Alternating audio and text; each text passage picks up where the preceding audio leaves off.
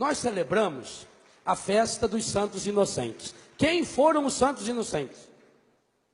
Aquelas crianças assassinadas barbaramente por Herodes, porque ele queria matar Jesus. Aquelas crianças tinham consciência do que estava acontecendo com elas? E por que elas se tornaram mártires? Porque, sem saber, elas morreram no lugar de...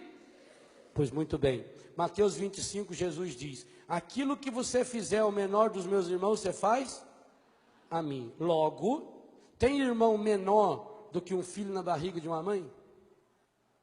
Então uma mãe que mata o filho que está na barriga, matou quem? Logo eles morreram no lugar de... E se morreram no lugar de Jesus, eles são mártires, santos inocentes. Gente, o exército de santos inocentes que tem no céu, louvado seja Deus, é infinito. Porque hoje, aquele filho que você matou, ele é seu filho, e ele é santo porque ele foi mártir.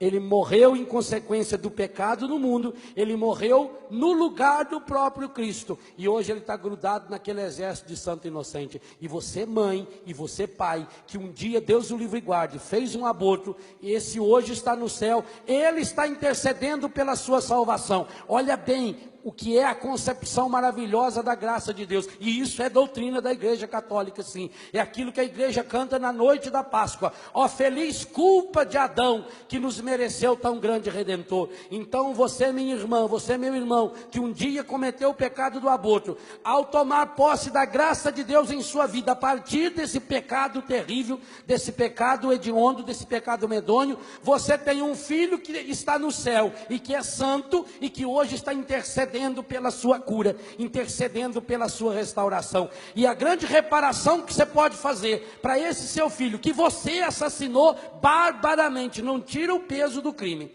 A única e a melhor coisa que você pode fazer para ele é viver uma vida santa, é viver uma vida na graça, porque ele está em Deus e está orando por você. Isso significa a graça de Deus. Em Deus a pior desgraça, não tem pecado pior que o aborto, não tem.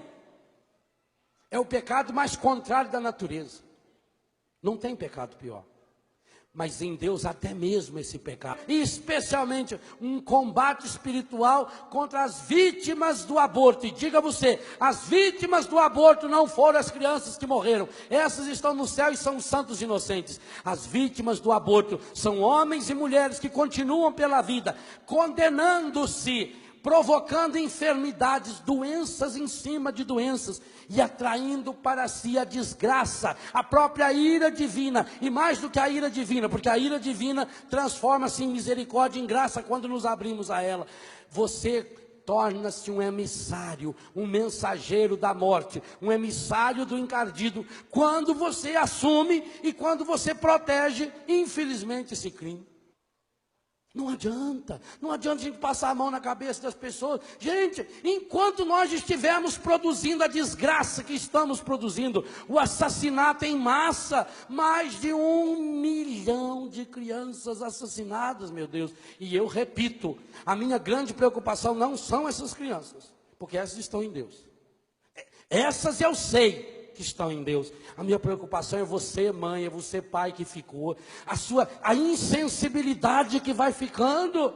Então, se você um dia passou por essa desgraça, a primeira coisa a fazer, confesse o seu pecado ao Senhor. Não tenha medo. Pode ser o pior padre, pode ser o padre mais pecador do mundo. A hora que você se ajoelha ali, naquela hora que ele está revestido do poder sacerdotal, mesmo que ele fosse o pior de todos os pecadores, é Jesus Cristo que está absolvendo você. Vá se confessar, mas humildemente, quantas vezes for necessário, vai se confessar.